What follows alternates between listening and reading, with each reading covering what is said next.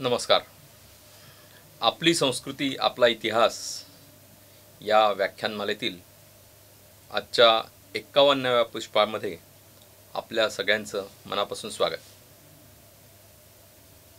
या व्याख्यानमालेत आजपर्यंत आपल्या इतिहासाशी आणि आपल्या संस्कृतीशी संबंधित अनेक व्याख्याने झाली. अनेक दिग्गजांनी, मान्यवरांनी आपापले विचार या निमित्तानं या व्याख्यानमालेत व्यक्त केले. त्यापैकीच एक ज्येष्ठ विचारवंत श्री रमेश पतंगे आज आपल्यासमोर व्याख्यान सादर करणार आहेत. त्यांच्या व्याख्यानाचा विषय असणार आहे भारतरत्न डॉक्टर बाबासाहेब आंबेडकरांचा राष्ट्रवाद. मूळ भारतातला हा आपला समाज हा अनेक जातींमध्ये आणि भाषांमध्ये जरी विभागला गेला असला तरी हा समाज एकात्म आहे. आसेतू हिमाचल पसरलेल्या या समाजामध्ये अनेक सांस्कृतिक मूल्य जी आहेत ती जोपासली गेलेली आपल्याला दिसतात आणि त्यातली समानता देखील आपल्याला दिसते. याच आपल्या संस्कृतीचा आणि आपल्या इतिहासाचा गाढा अभ्यास भारतरत्न डॉक्टर बाबासाहेब आंबेडकरांनी केला होता. अस्पृश्यता नष्ट करणं हे माझं प्रथम ध्येय आहे असं त्यांनी म्हटलं होतं. समाजातल्या अनेक वाईट रूढींवर त्यांनी कठोर प्रहार केले होते. परंतु त्याच वेळेला बाबासाहेबांनी आपल्या राष्ट्रवादाची सुद्धा मांडणी अनेक ठिकाणी प्रखरपणाने केलेली आपल्याला दिसते. आणि म्हणून या विषयावर गाढा अभ्यास असलेले ज्येष्ठ विचारवंत श्री रमेश पतंगे हा विषय आपल्यासमोर आज सादर करणार आहे. रमेशजींचा जन्म पुण्यात झाला. त्यांनी अर्थशास्त्र आणि राज्यशास्त्र विषय घेऊन MA पदवी संपादन केली आहे. सामाजिक समरसता मंच, भटके विमुक्त विकास परिषद, समरसता साहित्य परिषद अशा अनेक संस्थांचे ते संस्थापक सदस्य आहेत. महाराष्ट्रामधला प्रख्यात साप्ताहिक विवेक हा जो अंक निघतो त्याची जी संस्था आहे हिंदुस्थान प्रकाशन संस्था, त्या संस्थेचे देखील रमेशजी सध्या अध्यक्ष आहेत. रमेशजींनी अनेक पुस्तकांचं देखील लिखाण केलेलं आहे. महाराष्ट्राच्या वैचारिक वाङ्मयात त्यांच्या या लेखनाने फार मोलाची भर घातलेली आहे. त्या पुस्तकांपैकी काही समरसता, संघर्ष महामानवाचा, सामाजिक न्याय आणि डॉक्टर आंबेडकर, बहुस्पर्शी विवेकानंद अशी अनेक पुस्तके त्यांची प्रकाशित झाली आहेत. भारताबरोबरच ब्रिटन, अमेरिका, फ्रान्स यांच्या संविधानावर सुद्धा रमेशजींनी अभ्यासपूर्ण पुस्तकं लिहिली आहेत.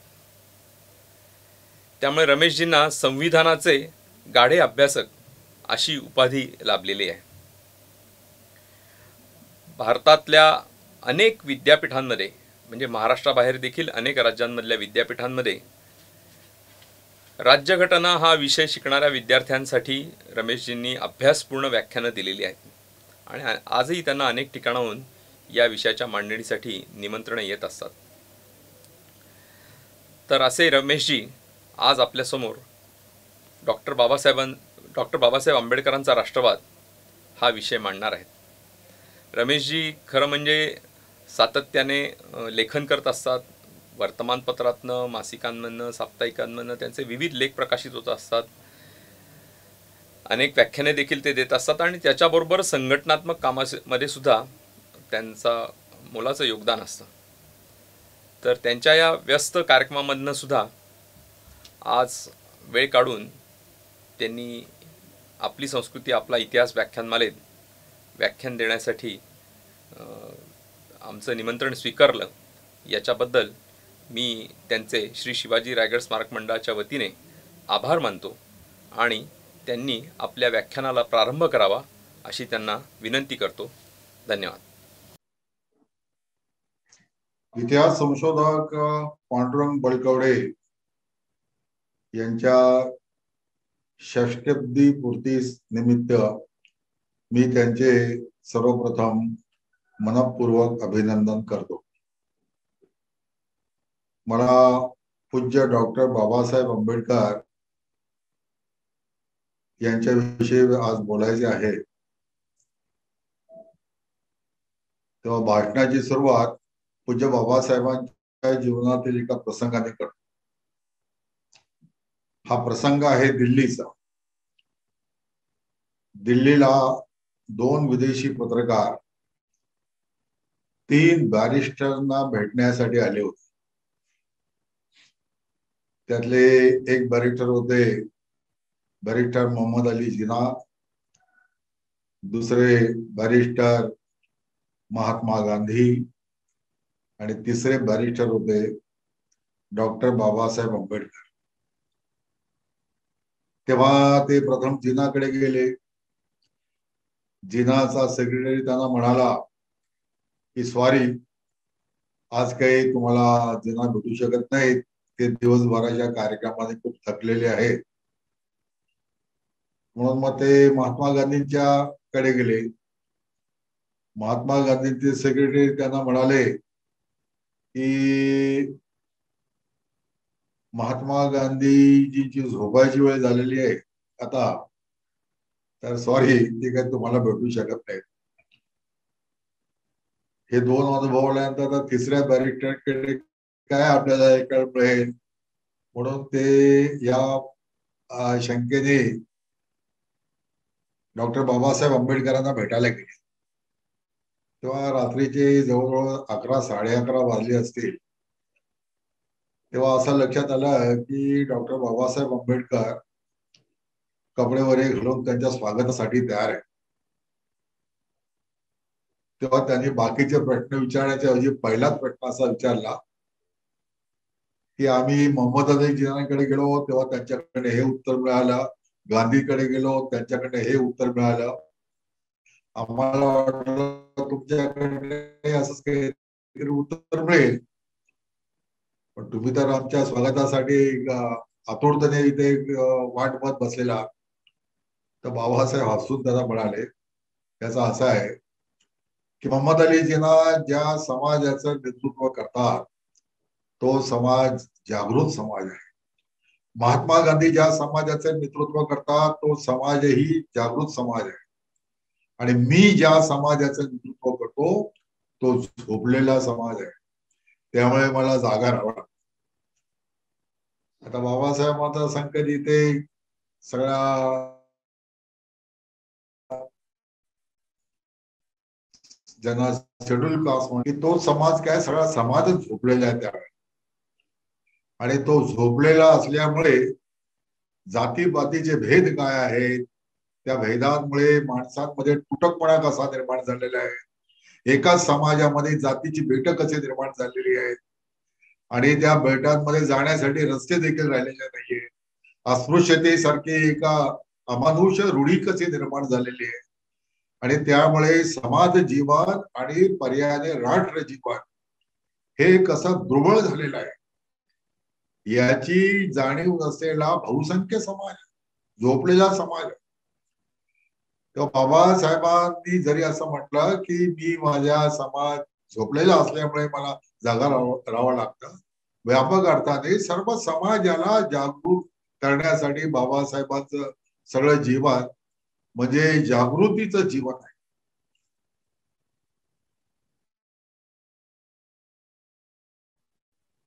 आपल्या समाजाची आणि पर्यायाने देशाची 2 प्रकारे झाली.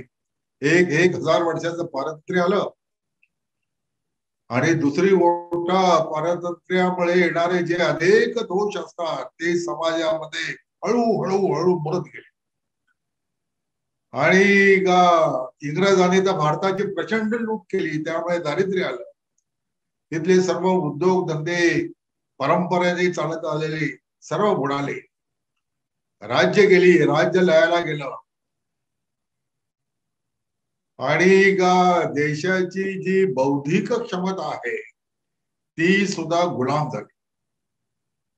तर या सर्व प्रकारच्या आर्थिक, सामाजिक, राजकीय, बौद्धिक गुलामी जगणारा हा समाज जो आहे त्याला जागृत करण्याचं काम या समाजातील त्या काळातील ज्या ज्या महापुरुषांनी केलं, मग ते विवेकानंद असतील, राजा राममोहन राय असतील, त्यांच्या अगोदरचे ईश्वरचंद्र विद्यासागर असतील, न्यायमूर्ती रानडे असतील, लोकमान्य टिळक असतील, त्या सर्व मालिकेमध्ये डॉक्टर पूज्य बाबासाहेब आंबेडकर यांचं स्थान येते हे लक्षात घ्यायला. आपल्या देशाचं दुर्दैव असं आहे की जसा काळ पुढे जात जातो तसा समाजातला जसा एक वर्ग जागृत होत जाताना दिसतो, तसा खूप मोठा वर्ग हा नवीन नवीन प्रकारच्या आणि मोहजालामध्ये फसत गेला. आपल्या देशातले 3 महापुरुष असे आहेत की जे सतत सतत वादविवादाचे विषय राहतात. एक आहेत महात्मा गांधी, दुसरे स्वातंत्र्यवीर सावरकर आणि तिसरे आहेत डॉक्टर बाबासाहेब आंबेडकर. त्यांचं सर्व व्यापक कार्य जे आहे, राष्ट्र बांधणी मधलं त्यांचं जे योगदान आहे त्याकडे लक्ष देणं, त्याच्यावर सकारात्मक लिहिणं, त्या संबंधामध्ये समाजामध्ये जागृती करणं, हे विषय सोडून जे स्वतःला विद्वान समजतात, अभ्यासक समजतात, विचारवंत म्हणून ज्यांच्या मागे कुठेतरी विरोधावली लावलेली असते, काही जण स्वतःला इतिहास संशोधक समजतात, अशी सर्व मंडळी या थोर पुरुषांच्या विकृतीकरणामध्ये धनता म्हणत असते. हे एक राष्ट्रीय पाप आहे असं माझं मत आहे. आणि म्हणून पूज्य डॉक्टर बाबासाहेबांचा आपल्याला राष्ट्र बांधणीच्या संदर्भात विचार करत असताना अनेक पैलू जे आहेत ते लक्षात घ्यावे लागतात. येथे प्रथम ज्याला आपण राष्ट्र म्हणतो ती एक पारिभाषिक, तो एक पारिभाषिक शब्द आहे. जरी आपल्या वेद वाङ्मयातून हा शब्द जरी आलेला असला तरी राष्ट्र या शब्दाचा काही विशिष्ट अर्थ होतो. काय अर्थ होतो, काय असतं राष्ट्र? तर राष्ट्र बनण्यासाठी एक भूमी लागते, एक निश्चित प्रकारची भूमी लागते. त्या भूमीवर राहणारा हजारो वर्षापासूनचा एक समाज लागतो आणि त्या समाजाची एक संस्कृती लागते. ही संस्कृती जीवन मूल्यांवर आधारित असते, विचारधारेवर आधारित असते. आणि या संस्कृतीमुळे त्या भूमीत राहणारा जो समाज आहे हा परस्परांशी असा घट्ट जुळलेला बांधला राहतो. दे अँड वी अशी भावना त्यात निर्माण होते. आम्ही आम्ही आहोत, तुम्ही तुम्ही आहात. म्हणजे परराष्ट्राच्या लोकांकडे बघत असताना चिनी आहे, आम्ही भारतीय आहोत. अरबी आहे, आम्ही भारतीय आहोत. युरोपियन आहोत, आम्ही भारतीय आहोत. ही आपली ओळख व्यक्त करणारी डिमार्केशन लाईन जी आहे ती त्या त्या देशाच्या संस्कृतीमुळे आणि त्याच्या देशाच्या तत्वज्ञान विचार परंपरेमुळे निर्माण होत असते. पूज्य बाबासाहेब या सर्व गोष्टीचा कसा विचार करत असतात? तर आपण पाहतो की हिंदू समाजामध्ये हजारो जाती आणि या जाती जन्मता प्राप्त होतात. त्या जाती एकदा जन्मल्यानंतर मेल्यानंतरही जी जात सोडता येत नाही. म्हणून जातीची व्याख्या केली जाते, जी काही केल्या जात नाही तिला जात म्हणतात. ती आपली जन्मभर सोबत करत असते, स्मशानातही सोबत करत असते. त्याचे अनेक किस्से सांगता येतील. असा जातीपातीत विभागलेला समाज. पूज्य बाबासाहेब आंबेडकरांचा सर्व संघर्ष जो आहे हा जाती निर्मूलनाचा संघर्ष. जाती मुक्त झालं पाहिजे असं ते म्हणत असत.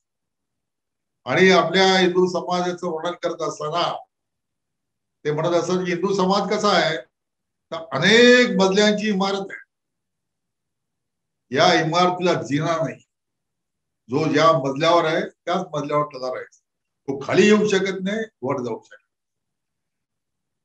म्हणजे सामाजिक अभिसरण ज्याला म्हणतात.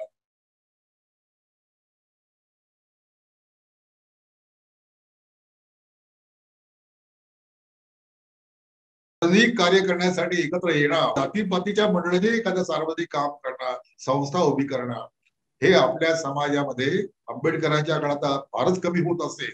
आता त्यात थोडीशी वाढ झालेली दिसत असली तरी आजही आपण बघतो की भिन्न भिन्न जातीच्या संघटना असतात, त्याच्या शिक्षण संस्था असतात, त्याचे हॉस्टेल्स असतात, आणि मग त्या जातीच्या मंडळीत मोठाच ते विचार करत राहतात. हा तुटक झालेला समाज जो आहे तो एक संघ कसा, एकात्म कसा होईल, एक रस कसा होईल, समरस कसा होईल, याची चिंता ज्या महापुरुषांनी भारतीय समाजाच्या संदर्भात केलेली आहे, त्यात पूज्य डॉक्टर बाबासाहेबांचं स्थान हे फारच पडतं, फारच श्रेष्ठ प्रकारचं. ते कसा विचार करत असत. 1916 साली त्यांनी कोलंबिया विद्यापीठाला कास्ट इन इंडिया नावाचा एक प्रबंध सादर केला आणि त्यांनी जातीपातीच्या उत्पत्तीचे स्वतंत्र आपले काही सिद्धांत मांडले. लक्षात घ्या, त्यावेळेला त्यांचं वय जे असेल ते 23-24 वर्षाच्या आसपास असेल. एवढ्या तरुण वयामध्ये त्यात त्यांनी म्हटलं की भारतामध्ये विविध जाती आहेत, ते एकमेकांपासून तुटक आहे, त्यांच्या सरमिसळ वगैरे काही होत नाही. यामुळे अनेक पाश्चात्य विद्वान असं समजतात की या जातीमध्ये म्हणजे दे आर डिफरंट रेसेस, वेगवेगळ्या प्रकारचे मानवी वंश आहेत. बाबासाहेबांना हा जातीचा वंशवाचक सिद्धांत हा मान्य नाही. ते म्हणतात की भारतातील जाती या पासून तुटक असल्या, विभक्त दिसत असल्या तरी त्या सर्व एकेकाळी एक होमोजिनस समाज, होमोजिनस समाज होता. या होमोजिनस समाजाचा parcelling out of in different sections हे कसं झालं, का झालं, हे समजणं मध्ये जाती प्रथा समजणं. आणखीन एक विषय त्यांनी त्या प्रबंधामध्ये मांडला की भारतात असंख्य जाती असल्या, एकमेकांपासून तुटक जरी असल्या तरी there is a deep cultural unity. या सर्व जातींमध्ये खोलवरची सांस्कृतिक अशा प्रकारची एकता आहे, एकात्मता आहे. आपल्यापैकी ज्या ज्या मंडळींनी भारत प्रवास केला असेल, मी अनेक वेळा केलेले आहेत संघ कामाच्या निमित्ताने, फार आधी केरळ पासून ते लडाख पर्यंत. या प्रवासामध्ये ज्या गोष्टी लक्षात येतात त्या अशा लक्षात येतात की दक्षिणेत गेला तर ते तो काय बोलतो ते आपल्याला समजत नाही, आपण काय बोलतो त्याला समजत नाही. तो मल्याळीत बोलणार, तमिळमध्ये बोलणार, तेलुगूमध्ये बोलणार. पण भाषेचा जरी हा अडचण असला संवादाच्या बाबतीमध्ये तरी तो माणूस परका वाटत नाही. त्याची सगळी जी जीवनशैली आहे, त्याचं नाव असेल, त्याचा पोशाख असेल, त्याच्या तिथल्या तिथल्या प्रदेशाप्रमाणे त्याची कुटुंब व्यवस्था असेल, हे सर्व पाहत असताना असं लक्षात येतं की असे तू हिमाचल पसरलेला हा सगळा जो एवढा मोठा समाज आहे हा एका सांस्कृतिक धाग्याने बांधला गेलेला. तेव्हा ही सांस्कृतिक एकता जी आहे याचं बाबासाहेबांनी अतिशय सखोल असं चिंतन केलेलं आहे. भारतातील मानव वंशाचा त्या शास्त्राचा त्यांनी खूप गहन अध्ययन केलं होतं आणि मानव वंशशास्त्रामध्ये माणसाची चेहरेपट्टी, कवटीचा आकार वगैरे हे सगळे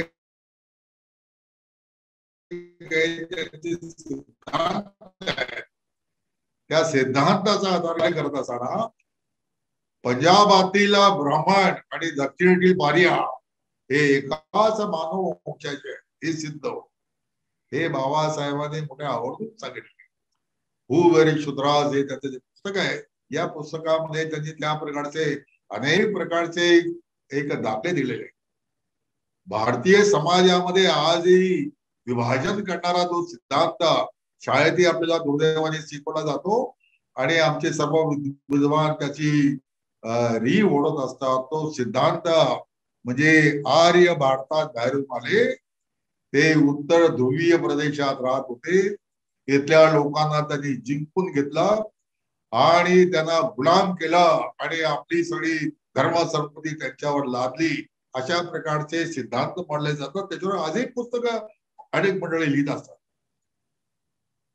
हू व्हेरी शूद्राज या ग्रंथामध्ये बाबासाहेबांनी इथे म्हटलं की शूद्र जे आहे ते पूर्वी क्षत्रिय होते आणि त्यांचा क्षत्रियत्वाचा अधिकार हा त्याचं उपनयन संस्कार करण्याचा जो एक त्यांना अधिकार होता तो काढून घेण्यात आला आणि त्यामुळे त्यांची हळूहळू शूद्र याच्यामध्ये गणना व्हायला लागली. आर्य सिद्धांतासंबंधी त्यांनी असं म्हटलं की वेदांमध्ये जवळजवळ 32 का 33 ठिकाणी आर्य शब्द आहेत आणि तो आर्य शब्द कुठेही वंशवाचक येत नाही, हे त्यांनी नमूद आवर्जून सांगितलं. तिथे आर्य शब्द येतो तो अशा अर्थाने येतो, आर्य म्हणजे श्रेष्ठ सुसंस्कृत अशा अर्थाने. आणि त्यामुळे आर्य बाहेरून आले आणि मारलं ऐकलं लोकांना वगैरे, हे सगळे कपोल कल्पित सिद्धांत आहे. जी सुक्त आहेत सगळी वेदांमधली, मग ते अथर्व वेदामध्ये असेल, ऋग्वेदामध्ये असेल, इथल्या निसर्गाचं नद्यांचं वर्णन करणारी आहे.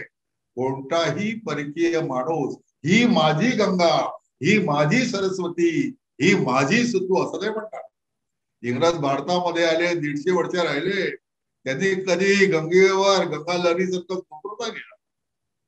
गंगा म्हणजे H2O जो केमिकल फॉर्म्युला आहे, की हायड्रोजनचे 2 परमाणू आणि ऑक्सिजनचा एक मिळवलं की पाणी तयार होतं, तसं गंगेचं पाणी. त्यांना पवित्र पावता त्यांच्या मनात कधी निर्माण झाले नाही, परंतु वेदातले सूक्त ही सांगतात ही माझी सरस्वती आहे, ही माझी गंगा आहे, हा निसर्ग माझा आहे, इथली उषा माझी आहे. आणि त्याची जी स्तुक्त केली आहे, भूमी संबंधीची जी भावना व्यक्त केलेली आहे, माता भूमी पुत्रोहम पृथ्व्याम, ते हे सर्व परकीय लोक नाही करू शकत. तो तिथला स्वदेशीच माणूस असावा. असा बाबासाहेबांनी जसा जातीचा वंशवाचक सिद्धांत नाकारलेला आहे, तसा आर्य आक्रमणाचा सिद्धांत नाकारलेला आहे. लोकमान्य टिळकांचा जो ग्रंथ आहे आर्टिक होम इन वेदात, त्याच्यावर टीका करताना बाबासाहेब असं म्हणतात की लोकमान्य टिळकांनी हा जो सिद्धांत म्हटला की आर्टिक प्रदेशामध्ये आर्यांची वस्ती होती, हा एकाच मुद्द्यावर टिकत नाही. तो म्हणजे आर्यांना घोडे अत्यंत प्रिय होते आणि घोड्याची खूप वर्णनावर त्याच्यामध्ये आहे. आर्टिक प्रदेशामध्ये घोडा जिवंतच राहू शकत नाही, इतकी प्रचंड थंडी त्या ठिकाणी असते. तो त्या प्रदेशातला प्राणी नाही.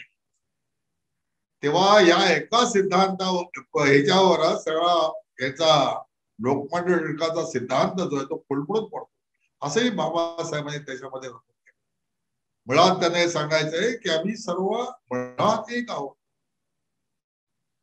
एका वंशाचे लोक आहोत. मग हे आपल्यामध्ये कृत्रिम भेद कशासाठी निर्माण, ते का निर्माण झाले, कसे निर्माण झाले, त्याच्यामध्ये उच्च वर्णीय लोक आहेत, ब्राह्मण वर्ग आहे, या ब्राह्मण वर्गाचा स्वार्थ कसा निर्माण झाला आणि त्यांनी मग वेगवेगळ्या प्रकारच्या पोथ्या पुराण रचून आणि ज्या कनिष्ठ जाती आहेत त्या कनिष्ठ कशा राहतील, याच्या काही गोष्टी रचल्या वगैरे, याच्यावर त्यांनी खूप कठोर आघात केलेले. आजही कुठलाही सुशिक्षित माणूस जेव्हा ते सगळं ओरिजिनल वाचेल तेव्हा त्याला हे गोष्टी पटणार नाही. ते असं कुठं असतं काय, हे असं होऊ शकतं काय, असे तो प्रश्न विचारेल. पण एकेकाळची आज स्थिती अशी होती की उपस्थित करत नसतात. बाबासाहेबांचं सगळ्यात मोठं कॉन्ट्रीब्युशन जे असेल ते असं आहे की प्रश्न न विचारण्याची जी मनस्थिती होती, जी बुद्धीची सगळी जी अशी कुंपणं काढून बंद केलेली होती विचारशक्ती, ती त्यांनी मोकळी केली. आणि प्रश्न उपस्थित करणं आणि ते विचारणं, त्या प्रश्नाची उत्तर शोधण्याची एक प्रवृत्ती निर्माण केली. माणसाला बंधमुक्त केलं, व्यक्तीला बंधमुक्त केलं. ते एका समाजापुरतं केलं असं नाही. उदाहरणार्थ मी काय त्या समाजातला नव्हे, पण मी जेव्हा जेव्हा बाबासाहेबांचं वाचन करतो, वाचतो आणि समजून घेण्याचा प्रयत्न करतो, तेव्हा ही ऊर्जा निर्माण होते शरीरामध्ये, प्रश्न निर्माण करण्याची बुद्धी निर्माण होते. आणि मग प्रश्न निर्माण करत, कारण प्रश्न निर्माण झाले की त्याची उत्तर शोधावी लागतात आणि उत्तर शोधायची असेल तर अध्ययन करावं लागतं, अभ्यास करावा लागतो. हे सर्व जे काही येतं ना, हे बाबासाहेबांच्या सगळ्या या विचार ऊर्जेतून निर्माण होत. मला विचारतात की एवढी पुस्तकं कशी काय लिहितो किंवा एवढं तो अध्ययन कधी करत असतो. तर त्या सर्वांची जी ऊर्जा निर्माण करण्याची शक्ती जी आहे ती बाबासाहेबांच्या विचारातून माझ्यात निर्माण झालेली आहे, असं मी या ठिकाणी नम्रपणे सांगू इच्छितो. असे बाबासाहेब या राष्ट्राचा फार खोलवर विचार करतात. आमचं राष्ट्रीय ऐक्य जर टिकून राहायचं असेल, देश बलवान व्हायचा असेल आणि त्याला भविष्यात काही स्थान मिळवायचं असेल, तर आमच्यातले हे सर्व प्रकारचे भेद हे समाप्त झाले पाहिजे. माणसाचा माणूस म्हणून विचार केला गेला पाहिजे. त्याच्यामध्ये या कृत्रिम भेदाच्या भित्ती उभ्या करून आणि कंपार्टमेंटलाइज करून समाजाला, या समाजाची कधी प्रगती होणार नाही. अनेक वेळा हे विषय त्यांनी सांगितले. महाडचा सत्याग्रह जेव्हा झाला तेव्हा त्या सत्याग्रहाच्या वेळेला एक जाहीरनामा प्रकाशित करण्यात. त्या जाहीरनाम्याचं शीर्षक आहे हिंदू मात्राच्या जन्मसिद्ध अधिकाराचा जाहीरनामा. असं नाही म्हटलं की ते आले होते सगळे महाड समाजाची मंडळी सत्याग्रह झाली होती. महाड समाजाच्या जन्मसिद्ध हक्काचा जाहीरनामा असं नाही म्हटलं. किंवा थोडा व्यापक करून अस्पृश्य वर्गाच्या जन्मसिद्ध हक्काचा जाहीरनामा असं नाही म्हटलं. हा जाहीरनामा याची यावत हिंदूंचा आहे, मग तो कुठल्या काय जातीचा असेल. मग या जाहीरनाम्यात काय म्हटलं की त्याला स्वातंत्र्य मिळालं पाहिजे, त्याला समता प्राप्त झाली पाहिजे. सर्व प्रकारची कृत्रिम बंधनं जी आहेत, मग ते धर्मसत्तेची असतील, समाजसत्तेची असतील, राजसत्तेची असतील, आणि ती जर व्यक्ती विकासाला बाधक ठरत असतील तर या सर्व बंधनातून मुक्त झालं पाहिजे. अशा प्रकारचा एक व्यापक विचार 1927 सालीच त्यांनी मांडला. नंतर मग आताच आपल्या जे राज्यघटना तयार झाली, त्या राज्यघटनेमध्ये 12व्या का 11व्या कलमापासून जे फंडामेंटल राईट सुरू होतात, त्याचं सगळी बीज त्या 1927च्या हिंदू मात्राच्या जन्मसिद्ध अधिकाराच्या जाहीरनाम्यामध्ये. म्हणजे या देशातील प्रत्येक माणसाची उन्नती झाली पाहिजे. फोकस त्यांचा दलित समाजावर आहे, ही गोष्ट अगदी खरी आहे की त्यांनी आपल्या जीवनाचं ध्येय सांगत असताना एकदा म्हटलं की अस्पृश्यतेची रूढी समाप्त करणं हे माझं जीवन ध्येय आणि मी ठरवलेलं आहे की मी त्याच्यासाठी सर्व जीवनभर संघर्ष करीन. आणि मला हे माहित आहे की ही अत्यंत मजबूत भिंत आहे, परंतु तिच्यावर मी डोकं आपटणार आहे ती तोडण्यासाठी. मी रक्तबंबाळ होईल, पण ती भिंती तुटेल की नाही मला माहित नाही, परंतु माझ्या सांडलेल्या रक्तामुळे माझ्या बांधवांना त्यातून प्रेरणा निर्माण होईल आणि आज न उद्या ही भिंत जमीनदोस्त होईल. हे त्यांचं स्वप्न होतं, ते साकार झालं. आपल्या राज्यघटनेमध्ये कलम 17 जे आहे, हे कलम 17 अस्पृश्यता तिचं पालन करणं कोणत्याही स्वरूपामध्ये हे गुन्हा ठरत. आणि मग त्याला त्या कलमाला धरून नंतर कायदे झाले. आणि या कायद्याची अंमलबजावणी होते, अत्यंत चांगल्या प्रकारे अंमलबजावणी अनेक राज्यांमध्ये होते. याचं सर्व श्रेय डॉक्टर बाबासाहेबांना दिलं. या अस्पृश्यतेच्या रूढी संबंधी विवेकानंदांनी ते इतक्या कठोर शब्दामध्ये आणि चापकाचे फटकारे ओढलेले आहे. केरळच्या प्रवासाला गेले असताना ते सगळं त्यांनी दृश्य बघितलं अस्पृश्य समाजाचा. तेव्हा ते म्हणाले की अरे हा देश आहे की युनायटिक असायलम, म्हणजे वेड्यांचे हॉस्पिटल आहे, काय चाललेलं आहे. जो वेदांत आपल्याला हे सांगतो की एकाच ब्रह्मतत्वाचे आम्ही सर्व आविष्कार आहोत, जे तुझ्यात ते माझ्यात एकच चैतन्य हे सर्व व्यापी आहे आणि या चैतन्याचे आम्ही आविष्कार आहोत. ज्या तत्वज्ञानाने आम्हाला हे तीन सिद्धांत दिले, अहम सर्वम खलु इदं ब्रह्मास्मी, नंतर अहम ब्रह्मास्मी, तत्वमसी, असं हे सर्व ब्रह्ममय आहे असं सांगणारं जे तत्वज्ञान आहे ते जगण्याचं सोडून जातीपातीमध्ये जे आपण विभागले गेलो, हा श्रेष्ठ, तो कनिष्ठ, हा जन्माने मोठा, हा जन्माने लहान, हा कर्माने मोठा, कर्माने लहान, हे सर्व आणि त्याच्या भोवती तत्वज्ञानावर असते कायद्याची रचना केली. मनुस्मृतीतले अनेक कायदे जे आहेत अध्यायांमध्ये जर आपण त्याचं वाचन केलं तर ते कायदे हे अशा सर्व समाजावर घोर अन्याय करणारे कायदे आहेत. तेव्हा बाबासाहेबांनी मनुस्मृतीचा निषेध केला, या सर्व धर्मशास्त्रांचा निषेध केला की जे माणसामध्ये भेद निर्माण करतात, हे याला धर्म कसं काय म्हणायचं. धर्माचं काम तर माणसाला उन्नत करण्याचं आहे. तो आज ज्या स्थितीमध्ये आहे त्या स्थितीतून त्याला वर घेणार आणि त्याला एका अर्थाने विश्वमानव तयार करणार. हे विश्वची माझे घर या भूमिकेवर त्याला घेऊन जाणं हे धर्माचं काम. धर्माचं काम जर त्याला संकुचित करण्याचं सुरू झालं, एका छोट्या डबक्यात नेऊन खेळण्याचं सुरू झालं, तर त्याला धर्म कसं म्हणताय, तो अधर्म आहे. आणि अशा अधर्माच्या सर्व रूढींवर बाबासाहेबांनी कठोर प्रहार केले. आता हे सगळं काम जे आहे ते ऐकायला खूप गोड वाटतं, वाचायला बरं वाटतं, परंतु स्वातंत्र्याच्या लढाया ज्या असतात त्या अनेक प्रकारच्या असतात. एक लढाई त्या मनाने सोपी असते, परक्यांचं राज्य आहे, त्या परक्यांच्या विरुद्ध आपल्याला लढायचं.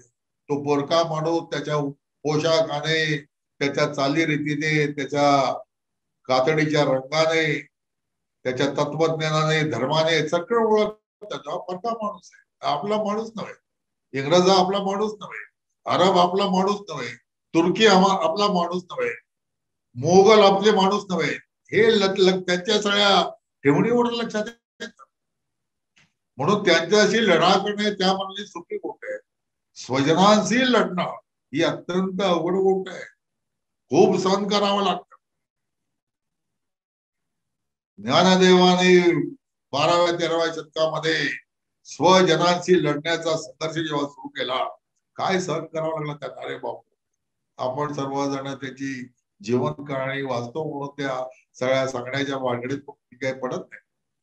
हे सर्वांना सहन करावं लागतं, तुकोबारायांना सहन करावं लागतं. अगदी आधुनिक काळातील संत गाडगे बाबा आहे, यांना तर बांबळीच्या काठीने मार सहन करावा लागला. कारण स्वसमाजाची लढणं ही सगळ्यात कठीण गोष्ट असते. परक्यांशी लढणारा हा स्वातंत्र्य योद्धा ठरविला जातो आणि मग आजच्या काळामध्ये त्याला आपण स्वातंत्र्य सैनिक म्हणतो, त्याला पेन्शन मिळतं. स्वसमाजाशी लढणारा स्वातंत्र्य सैनिक तोही स्वातंत्र्य सैनिकच आहे. आणि त्याची लढाईचा जर विचार केला तर परदास्याविरुद्ध लढणारे सैनिक यांची जी योग्यता आहे ती योग्यता त्यांची आहे की पुन्हा काकडफड जास्तच आहे असं म्हणावं लागतं, कारण तो स्वजनांशी लढतोय. आणि अशा लढाया लढणाऱ्याला त्या काळामध्ये तो समाज जो असतो, ती पिढी जी असते त्याचे समकालीन जे असतात ते स्वीकारत नाहीत.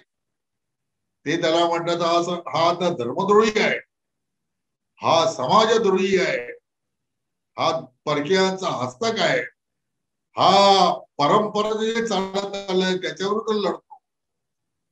आणि माणसं अशी युक्तिवाद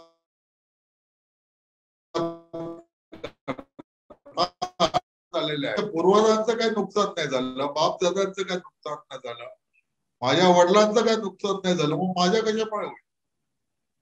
तेव्हा मी ती परंपराच पालन करणार. परंपरेमध्ये राहण्यामध्ये एक सुख आणि सुरक्षितता वाटत असते माणसाला, म्हणून तो बदलायला लगेच तयार होत नाही.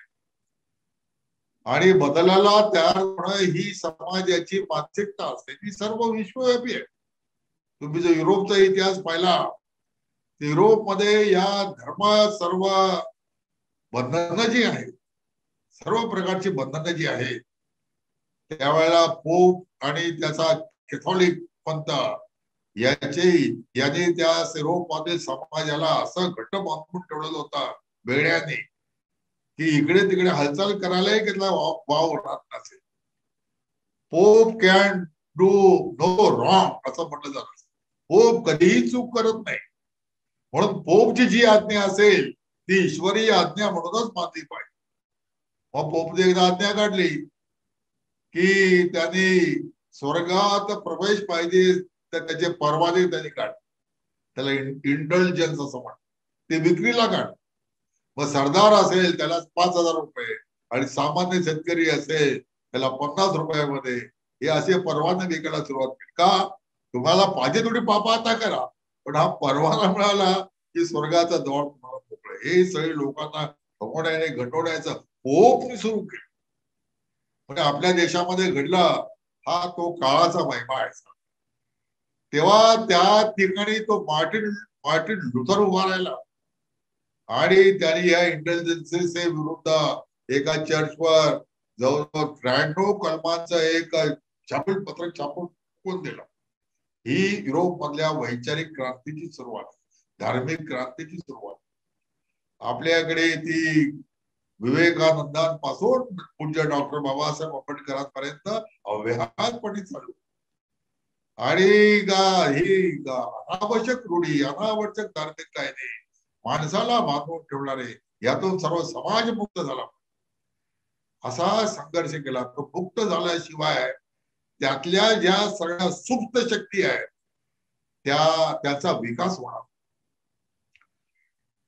जसं आपल्याकडे अनेक लोक टीका करतात, टीका करायला काय जातात, त्याची सोपी गोष्ट जगात कुठलीच नसते. एखादा न्यून दाखवणं, कमतरता दाखवणं, याला काय लागतं? याला काही लागत नाही. ही सहज सोपी गोष्ट आहे. आम्हाला ऑलिम्पिक मध्ये काही मेडलच मिळत नाही. आता एक सुवर्ण पदक म्हटलं तर बापरे, काय काय पराक्रम केला असं आपल्याला वाटायला लागतं. का वाटतं? याच्यापूर्वी कधी मिळालंच नाही म्हणून. एवढी सुद्धा क्षमता आमची नाही. आमच्याकडे दरवर्षी नोबेल पारितोषिकाची घोषणा होतात, आमच्या देशातील कोणीच नसतं त्याच्यामध्ये.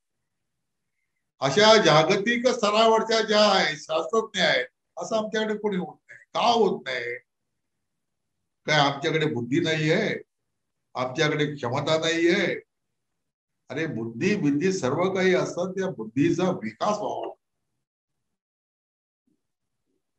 कुठेही तो तांदळाचं बीट टाकलं तर त्यातनं बासमती तांदूळ निर्माण होणार वासाचं. तर त्याला एक अनुकूल वातावरण निर्माण करावं लागतं, त्याची मशागत करावी लागते, निगा राखावी लागते. माणसाच्या बुद्धीचा विकास व्हायचा असेल तर त्याला सर्व बंधनातून प्रथम मुक्त करावं लागतं, मोकळा विचार घ्यायला त्याला शिकवावं लागतं.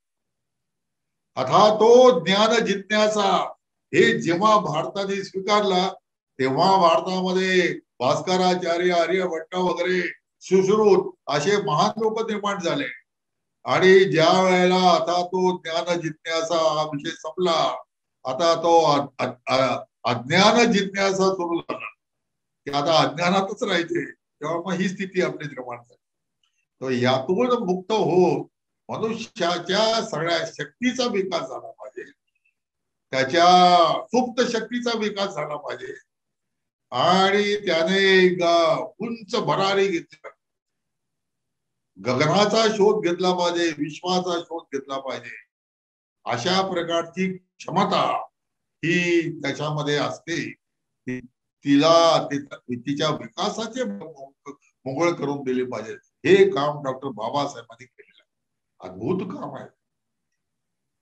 राष्ट्र उभारणीमध्ये किंवा राष्ट्र बांधणीमध्ये जे अनेक अंग असतात त्यातलं अतिशय महत्वाचं अंग हे असतं, एक तर समाज संघटित असला पाहिजे आणि समाज अनावश्यक अकृत्रिम अशा प्रकारच्या सर्व बंधनातून मोकळा असला पाहिजे.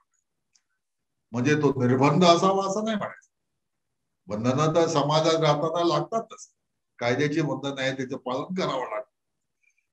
परंतु जी बंधनं व्यक्ती विकासाला, त्याच्या स्वतंत्र विचारधारेला, त्याच्या आत्माविष्काराला बाधक करतील अशी बंधनं असून चालत नाही. ती मुक्त व्हावी लागतात, त्या वेड्या असतात, त्या मोकळ्या कराव्या लागतात. हे काम डॉक्टर बाबासाहेबांनी केलं. बाबासाहेबांचं एक भाषण आहे 1936 सालचा. ते लाहोरला जात पात तोडक मंडळ म्हणून जे होतं, त्यांनी बाबासाहेबांना भाषणासाठी बोलवलं होतं आणि त्या जातपात तोडक मंडळामध्ये त्यांनी आपलं लिखित भाषण पाठवून दिलं. ते भाषण वाचल्यानंतर त्या जातपात तोडक मंडळाच्या सर्व अधिकाऱ्यांना असं वाटलं, अरे इतकं स्फोटक भाषण आहे, हे जर आपण त्यांना करायला लावलं तर आपल्या संस्थेला टाळा लावावं लागेल. ते घाबरले. विचाराचं सामर्थ्य विचार सुद्धा पसवावे लागतात ना. ते ते ते त्यांनी का भाषण कार्यक्रमच रद्द करून टाकला. मग बाबासाहेबांनी ते भाषण प्रकाशित केलं, अनायलेशन ऑफ कास्ट. एक 40-50 पानाचं भाषण आहे ते. त्याचं जाती निर्मूलन असं भाषण अनुवादही झालेलं आहे मराठीमध्ये. त्याचं मी अनेक वेळा वर्णन केलेलं आहे माझ्या अनेक समरसता मंचाच्या कामाच्या ह्याच्यामध्ये. हिंदू समाजाच्या पुनर्रचनेचा तो जाहीरनामा, इतकं त्या भाषणाचा अनन्य साधारण. जसा कम्युनिस्ट मॅनिफेस्टो आहे ना कार्ल मार्क्सचा, तसा हिंदू समाजाच्या पुनर्रचनेचा तो जाहीरनामा. मग त्यामध्ये भारतातील जाती प्रथा काय आहे, ती आर्थिक आधारावर आहे का, वांशिक आधारावर आहे का, ती कशी अशास्त्रीय आहे, अतार्किक आहे, तिने काय काय नुकसान केलेली आहे, याची सर्व अत्यंत तर्कशुद्ध भाषेमध्ये बाबासाहेबांनी मीमांसा केलेली आहे. आणि थोडा बहुत विचार करणारा जो कोणी असेल त्याला ती तत्व पटल्याशिवाय राहणार नाही. कोणावर उगीच इकडे तिकडे जाता येता ताचेरे मारणं असं नाही केलं. 100% लॉजिकल आणि एक्स्ट्रीमली थॉट प्रोवोकिंग अशा प्रकारचं ते भाषण. त्या भाषणाच्या शेवटचा परिच्छेद असा आहे, शेवटचा. बाबासाहेब म्हणतात की हिंदू समाजाला उद्देशून हे माझा आयुष्यातील शेवटचं भाषण. कारण 35 साली त्यांनी घोषणा केली होती की मी हिंदू म्हणून जन्मलो असलो तरी हिंदू म्हणून मरणार नाही. मग ते शेवटच्या आहे भाषण ते काय म्हणतात की तुम्हाला स्वराज्य तर मिळणारच आहे, आज न उद्या स्वराज्य ते कायमचं राहत नाही. पण माझ्या समोरचा प्रश्न असा आहे की जे स्वराज्य मिळवलेलं आहे ते टिकवण्याची शक्ती तुमच्यामध्ये आहे का, आणि ती नसेल तर मिळालेलं स्वराज्य हे येणाऱ्या पारतंत्र्याची एक पायरी, असं म्हणून त्यांनी आपलं भाषण केवढं अर्थगर्भ आहे. मी संघ स्वयंसेवक आहे, संघात वाढलो आणि संघ संस्थापक पुण्य डॉक्टर हेडगेवार यांच्या सगळ्या चिंतनाचा आमच्या सगळ्या स्वयंसेवकांवर खोलवरचा परिणाम असतो. हीच आमची प्रेरणा असते काम करण्याची. तर डॉक्टरांनी जो विचार केला सगळ्या समाजाचा, तो असा केला की पारतंत्र्य आलं हे ठीक आहे, पण ते का आलं, ती कारण जोपर्यंत आपण नष्ट करत नाही तोपर्यंत येणार स्वातंत्र्य याला काही अर्थ राहत नाही. आणि म्हणून समाज अगोदर बलवान झाला पाहिजे, समाज सुसंघटित झाला पाहिजे, सामर्थ्य संपन्न झाला पाहिजे. दोषमुक्त झाला पाहिजे, जातीपाती मुक्त झाला पाहिजे, अस्पृश्यतेसारख्या रूढी त्यातनं समाप्त झाल्या पाहिजे. हे पूजनीय डॉक्टरांनी अत्यंत कळकळीने आणि पोटतिडकीने सांगितलं. तीच गोष्ट बाबासाहेब वेगळ्या भाषेमध्ये वेगळ्या संदर्भामध्ये सांगतात आपल्याला दिसतात की हा समाजातली सगळ्या जातीपाती अस्पृश्यता कृत्रिम भेद हे संपल्याशिवाय हा समाज संघटित होऊ शकत नाही, सामर्थ्य संपन्न होऊ शकत नाही. यात भाषणात त्यांनी म्हटलं की जोपर्यंत हिंदू समाजामध्ये जाती आहे तोपर्यंत तो विघटित राहील, संघटित होणार नाही. आणि जोपर्यंत विघटित आहे तोपर्यंत तो मार खात राहील. ही वाक्य बाबासाहेबांची वाक्य.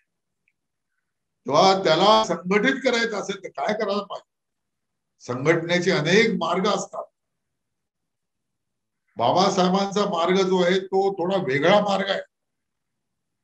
त्या मार्गासंबंधी कोणी फारसं सखोल चिंतन करत नाही आणि कोणी त्या संदर्भामध्ये काही पुस्तक लिहिलेले असे माझ्या काही वाटणार. तो मार्ग असा आहे की या समाजाला संघटित करायचा असेल तर तो घटनात्मक मार्गाने संघटित होऊ शकतो. आता घटनात्मक मार्ग म्हणजे काय? तर घटना हा देशाचा सर्वोच्च कायदा, supreme law of the country, म्हणजे कॉन्स्टिट्यूशन असं त्या कॉन्स्टिट्यूशनची व्याख्या केली जाते. What is constitution? Constitution is supreme.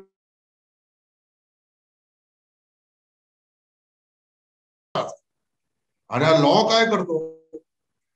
तर आपल्याला आपला संबंध लॉची एवढाच येतो की रस्त्याने जाताना काही वाहतुकीचे नियम तोडले की पोलीस पकडणार, लॉ कायद्याचा भंग केला.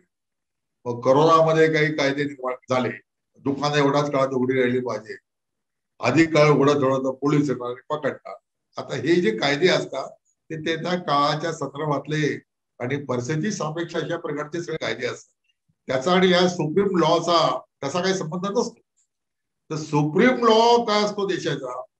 तर सुप्रीम लॉ हा सर्व समाजाला, एका भूभागात राहणाऱ्या सर्व समाजाला, मग तो ब्राह्मण असो, क्षत्रिय असो, वैश्य असो, महार असो, चांभार असो, ढोर असो, कुळी असो, माळी असो, लोहार असो, सुतार असो, कोणी किंवा धर्माच्या दृष्टीने विचार करता मुसलमान असो, ख्रिश्चन असो, हिंदू असो, पारशी असो, ज्यू असो, आणखी काही 1760 उपासना पंथ असेल, या सर्वांना एक सारखेपणाने बांधून ठेवणारा जो कायदा असतो त्याला कॉन्स्टिट्यूशनल लॉ म्हणतात. आणि त्या लॉचे प्रिन्सिपल्स असतात, तत्वज्ञान असतं त्याचं. त्या तत्वज्ञानाच्या आधारावर ते कायदे बदललेले असतात. तर बाबासाहेबांनी जे तत्वज्ञान या कायद्याचं मांडलेलं आहे ते 4 शब्दामध्ये मांडले. आम्हाला ही राज्यघटना करायची आहे, कायदे करायचे किंवा supreme law of the land करायचा आहे, तो कोणत्या तत्वांवर करायचा आहे? तर इथे सर्वांना एक सारखेपणाने आणि राजकीय स्वातंत्र्य असते, liberty, political, social and economic, equality म्हणजे समानता, ही सुद्धा सामाजिक व्यवहारात सर्वांना सारखी प्रकारची असेल. प्रत्येकाला उपासनेचं स्वातंत्र्य असेल. राज्याचा म्हणून उपासनेचा कोणता धर्म नसणार आहे. ज्याला त्याला ज्याच्या त्याच्या इच्छेने, आवडीप्रमाणे आणि उपासनेचं स्वातंत्र्य राहील. आणि हे सर्व समाजाची रचना ही न्यायाच्या तत्वावर आधारित. समाज कशावर उभा राहील? तर जस्टिस, न्याय या तत्वावर तो उभा राहील. आणि हे सर्व करून आम्हाला करायचं काय? तर आम्हाला हे करायचं आहे की आम्हाला व्यक्तीची प्रतिष्ठा ही अक्षुण्ण राखायची. व्यक्तीची प्रतिष्ठा त्याच्या गुणाने, त्याच्या अंगभूत क्षमताने निश्चित केली पाहिजे. त्याच्या जन्मजातीने करता कामा नये. त्याच्या कातडीच्या रंगावरून त्याची योग्यता ठरविता येणार नाही. तर त्याची क्षमता किती आहे, त्याची गुणवत्ता किती आहे, यावरून त्या व्यक्तीची प्रतिष्ठा ही जोखली पाहिजे. हा एक त्यांनी सिद्धांत मांडला आणि आम्हाला सर्व देशभर एक सार्वत्रिक बंधुतेची भावना निर्माण करायची. We are one. एका देशाचे आम्ही सगळे नागरिक आहोत अशा प्रकारचं एक राष्ट्रीयत्वाची भावना निर्माण करायचं. काय तर राष्ट्राची एकता आणि एकात्मता बळकट करायची. हे सगळे शब्द जे मी तुम्हाला सांगतोय हे सगळे राज्यघटनेच्या उद्देशिकेतले सगळा विषय. त्याला प्रेमळ आपण असं म्हणतो. त्याची सुरुवात होते we the people of India आणि शेवट या ठिकाणी होतो की national integrity and national unity. म्हणजे वी द पीपल. पीपल हा शब्द सुद्धा एक पारिभाषिक शब्द आहे. तो पीपल हा राज्याच्या संदर्भातला शब्द प्रयोग करतो. पीपल पासून आम्हाला राष्ट्रिक व्हायचंय म्हणजे एका राष्ट्राचे अंग बनायचे.